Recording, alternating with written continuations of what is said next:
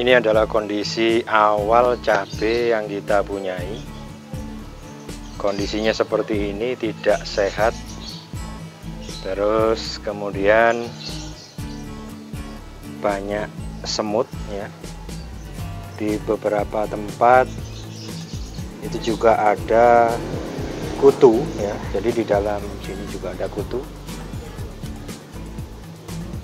Nah, ini kalau dilihat itu ada kutu ya. Semutnya banyak sekali. Terus kemudian di bawahnya akar juga sudah penuh. Jadi ini ceritanya dulu saya menyemai cabai, teman-teman. Tetapi akhirnya tidak jadi saya tanam. Dan akhirnya saya biarkan sampai ini kondisinya besar seperti ini. Dan akhirnya ada yang sempat berbuah juga. Dan nanti ini kita coba kita kondisikan bagaimana caranya supaya nanti cabai ini bisa kembali subur ya. Penyakitnya juga tidak ada, hamanya juga tidak ada, dan harapannya nanti buahnya juga lebat. Ya, apa saja nanti yang saya lakukan dan coba nanti kita jadikan pelajaran bersama. Kita simak video-video selanjutnya.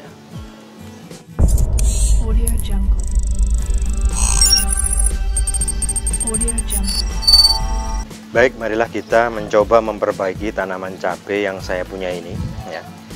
Yang pertama saya akan mengecek berapa pH-nya. pH dari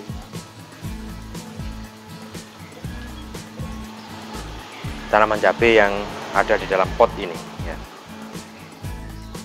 Pada pertengahannya ini pH-nya 6,5, dan ketika kita tancapkan lebih dalam lagi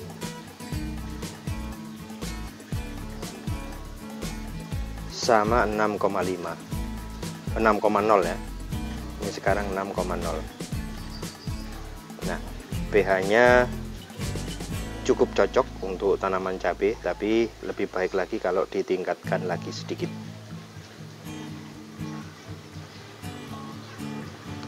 Oke, pengetesan pH sudah kita lakukan. Sekarang saya akan mengaplikasikan ini. Ini adalah pasir Malang. Pasir Malang ini nanti saya gunakan untuk membuat aerasi yang ada di dalam atau di dasar permukaan cabai ini, lebih aerasinya baik. Jadi ini akan nanti saya copot dulu ya. Ini adalah cabai yang benar-benar dikondisikan, adalah cabai yang kurang bagus ya. Nanti kita lihat seperti apa hasilnya. Jadi ini saya aplikasikan di dasar sebagai aerasi ya, supaya di dasar media itu aerasinya bagus. Nah, saya kembalikan lagi seperti ini. Nah, sementara karena ini medianya itu sudah cukup lama dan ini memang bukan ukurannya ya teman-teman ya. Ini adalah cabai yang sedianya saya tanam tetapi tidak jadi saya tanam. Jadi ini di atasnya ini saya tambahkan media seperti ini. Media yang saya tambahkan ini adalah media pupuk kandang, teman-teman ya. Jadi di dalam media yang ada ini kondisinya adalah sudah sangat full akar ya, bahkan dapat dikatakan mungkin penuh dengan akar, sehingga untuk mencari sumber nutrisinya itu tidak ada lagi. Jadi bisa dikatakan seperti itu. Jadi begitu fullnya, padatnya ini dengan akar.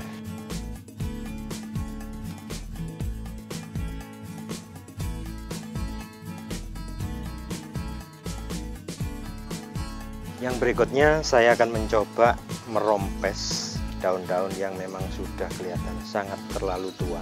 Ini saya rompes supaya nanti bisa berganti dengan daun-daun yang baru harapannya, dan ini juga menjaga agar kelembapan atau iklim mikronya itu lebih bagus lagi.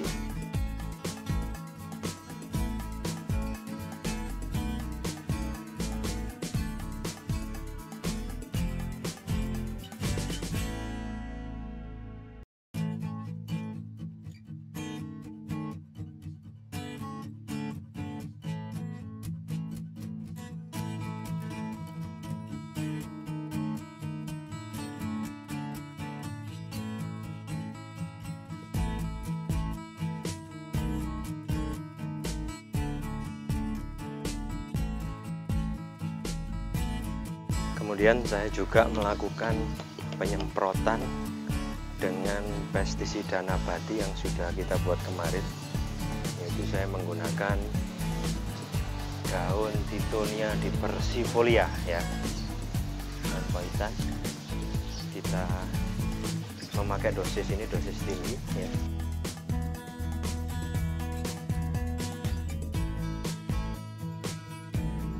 Kemudian saya juga mengimplementasikan pupuk ya yang saya encerkan.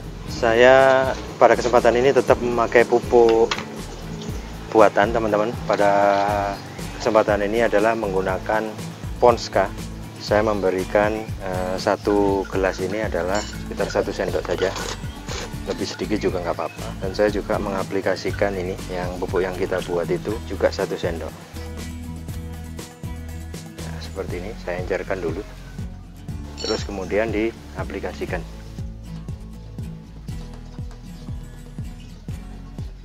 Sementara ini perlakuan kita hari ini untuk hari pertama.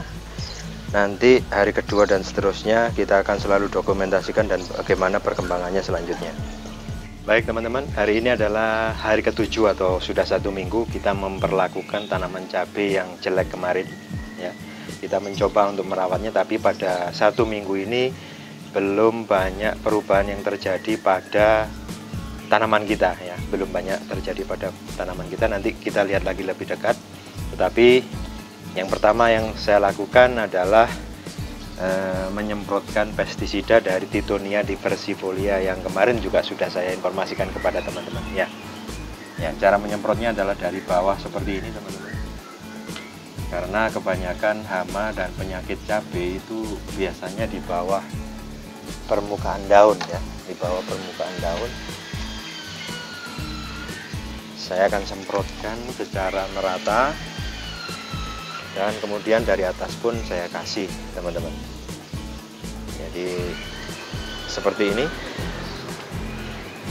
Kemudian yang berikutnya saya juga memberikan ramuan pupuk yang kemarin itu, yang dari Molnasi, dan saya berikan sedikit Ponska ya. Nah seperti itu teman-teman. Hari ini adalah hari yang masih 1 minggu.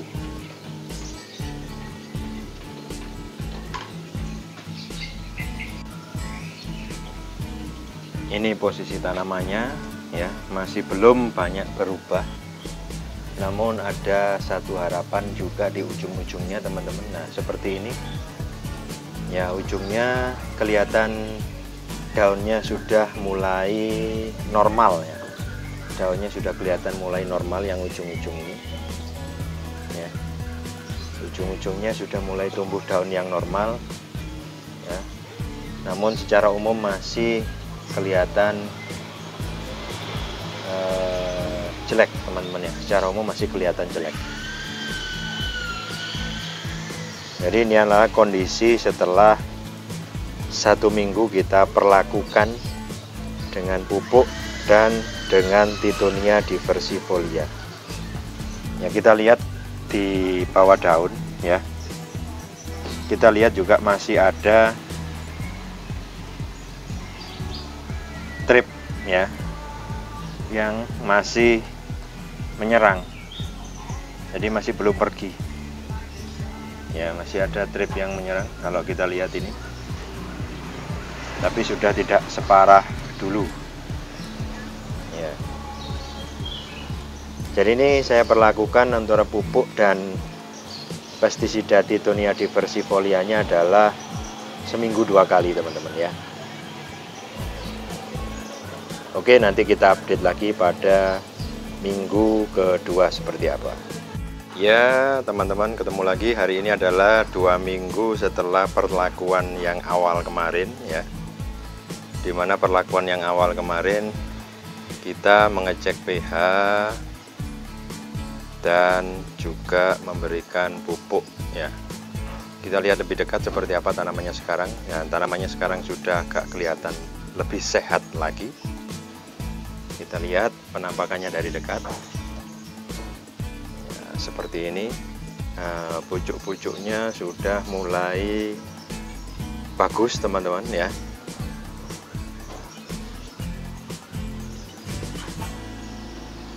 Namun teman-teman, kalau dilihat di beberapa sisi ya, ternyata pemberian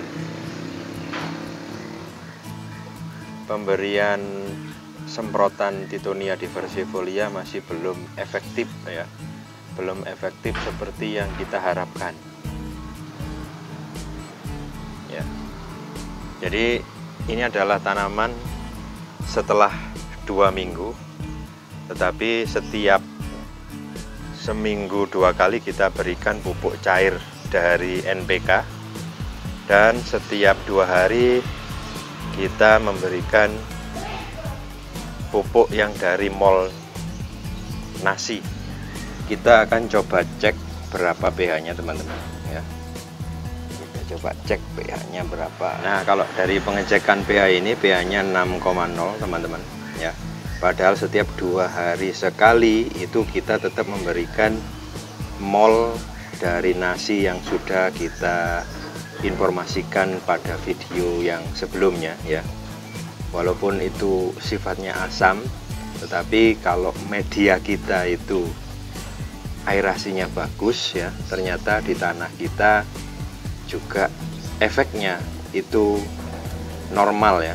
Paling tidak sesuai dengan pH yang dibutuhkan oleh tanaman ya. Ini adalah fungsi daripada aerasi teman-teman ya, yaitu adalah untuk supaya organisme yang menguntungkan bagi tanaman itu bisa bekerja dengan baik, sehingga menciptakan kondisi aerob dan akhirnya pH tidak terlalu turun ya. Sama dengan periode sebelumnya teman-teman, saya akan membuat larutan yang biasanya saya kocorkan ya. Kali ini saya akan menggunakan NPK Mutiara 1/4 gelas seperti ini dalam 5 liter air ya.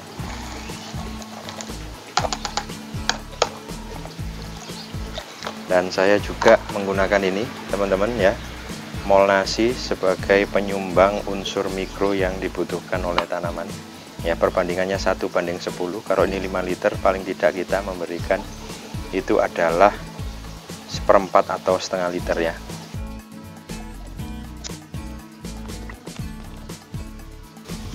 Kemudian kita aduk-aduk sampai hancur.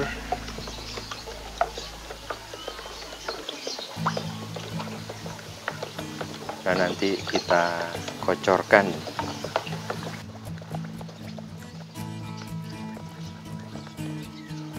Sebenarnya untuk pemberian pupuk NPK teman-teman, ketika itu ada di lahan, maka juga memungkinkan untuk dilakukan pemberian NPK itu dengan cara tugal ya. Jadi kita memberikan pril di lapangan, tapi karena kita di KRPL dan tanamannya terbatas, maka saya memberikan secara kocor sudah semacam ini, dan kemudian kita berikan ya. Ini contoh pada tanaman yang memang kita sengaja perlihatkan dari awal keadaan sakit sampai nanti terakhir video saya buat adalah pada saat tanaman ini sudah mengeluarkan buah. Sekali lagi, penampakannya adalah seperti ini teman-teman ya. Sudah mulai sehat, ujung-ujungnya sudah keluar daun yang sehat, dan sudah keluar calon-calon bunga ya. Semoga saja nanti bisa berbuah dengan lebat ya, dengan pupuk NPK dan tambahan mol nasi ini.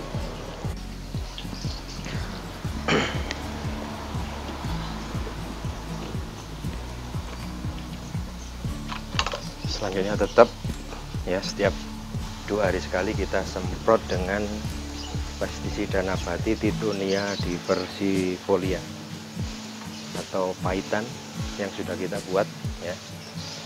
Ini dosisnya ini dari hari ke hari saya tingkatkan teman-teman ya, karena ada beberapa titik yang memang sepertinya kurang efektif hanya menggunakan bahan aktif dari Tithonia diversifolia ini ya. Sampai sekarang ini saya sudah menggunakan dosis Tithonia diversifolia ini adalah 200 cc per liter dari sistem perebusan ya. Nah, nanti teman-teman itu juga bisa menggunakan metode lain selain perebusan ya, tetapi metode lain tersebut bisa adalah dengan menggunakan metode maserasi saja. Jadi langsung ditumbuk, diperam 24 jam langsung diaplikasikan. Namun yang sistem seperti itu tidak bisa disimpan lama teman-teman ya,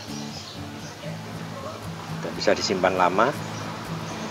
Karena itu saya kemarin memilih metode perebusan ya, tetapi sampai 200 cc ini, 200 cc per liter ini agak kurang efektif. Jadi nanti metodenya perlu dirubah atau ditambahkan dengan bahan aktif yang lain. Kebetulan saya sekarang baru menggunakan Tithonia diversifolia ya.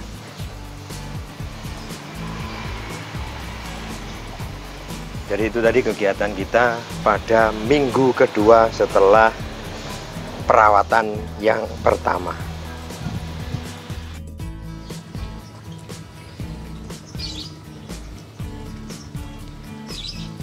Ini adalah penampakan cabai setelah 7 minggu setelah perlakuan ya. Jadi sudah 4 minggu saya tidak mendokumentasikan cabai yang kita rawat ini, dan sekarang posisinya sudah keluar buahnya seperti ini. Sudah keluar buahnya lumayan banyak, dan tanaman sudah kelihatan subur ya. Namun di sisi bawah ini masih ada sisa-sisa yang kemarin memang sudah terserang trit dan memang masih ada apit ya, masih ada apit yang memang belum hilang sama sekali ya. Begini kondisinya teman-teman.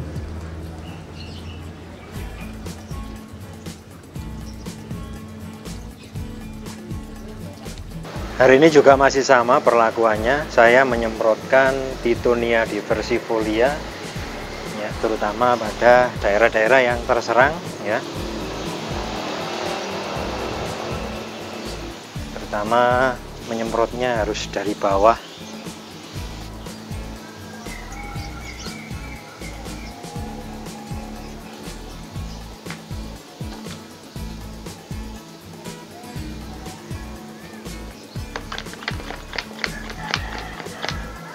Dan pucuk-pucuk yang memang sudah mulai terserang oleh kutu daun atau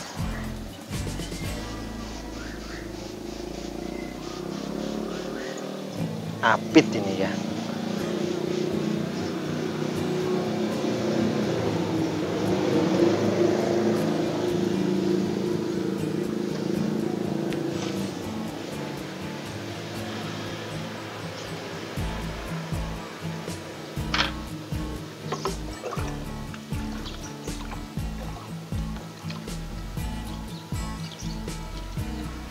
Berikutnya saya juga mengaplikasikan seperti biasa, yaitu NPK dicampur dengan molnasi ya. Ya, seperti ini perlakuan rutin.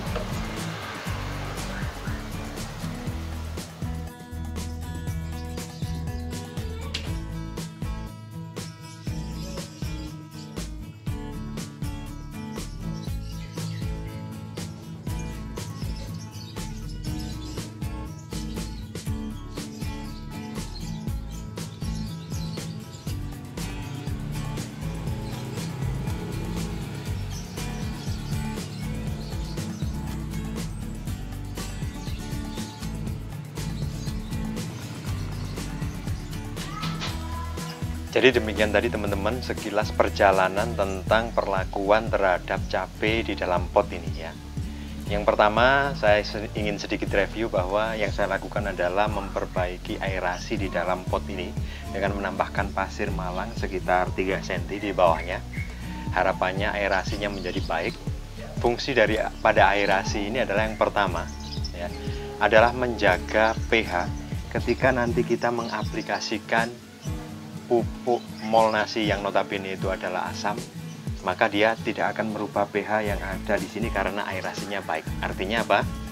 Organisme yang berguna bagi tanaman, terutama tanaman cabai ini, ya, dalam proses nitrifikasi sampai menjadi zat NO3 yang bisa diserap oleh tanaman itu bisa bekerja dengan sebaik-baiknya sehingga pH menjadi normal seperti itu. Nah, kemudian setelah aerasi saya juga menambahkan Ponska ya. Ponska di sini selain ada NPK juga menyumbangkan sulfur di sini. Nah, ini saya lakukan karena apa? Karena di sini teman-teman pada awal video ya, saya juga menginformasikan bahwa di sini ini posisinya adalah sudah penuh dengan akar ya. Maka saya tetap menggunakan pupuk anorganik teman-teman sebagai suplai utama yang diperlukan oleh tanaman cabai.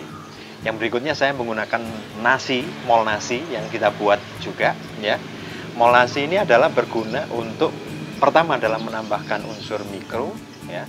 Yang kedua juga menyediakan unsur C dan H untuk kelangsungan hidup daripada bakteri yang maupun zat apapun yang ada di dalam media kita ini. Yang berikutnya, saya juga mengaplikasikan secara rutin yaitu Titonia diversifolia ya. Titonia diversifolia secara rutin ya. Nah, memang kalau dilihat secara umum teman-teman, Titonia diversifolia ini tidak bisa membunuh langsung 100% dari apit yang menyerang ya.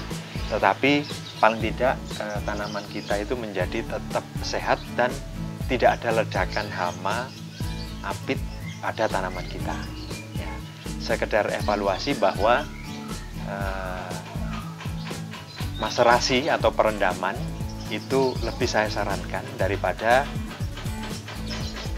perebusan ya untuk Titonia diversifolia, dan diperlukan pengendapan sampai benar-benar mengendap, dan yang kita gunakan hanya air yang bening saja ya, air yang bening saja.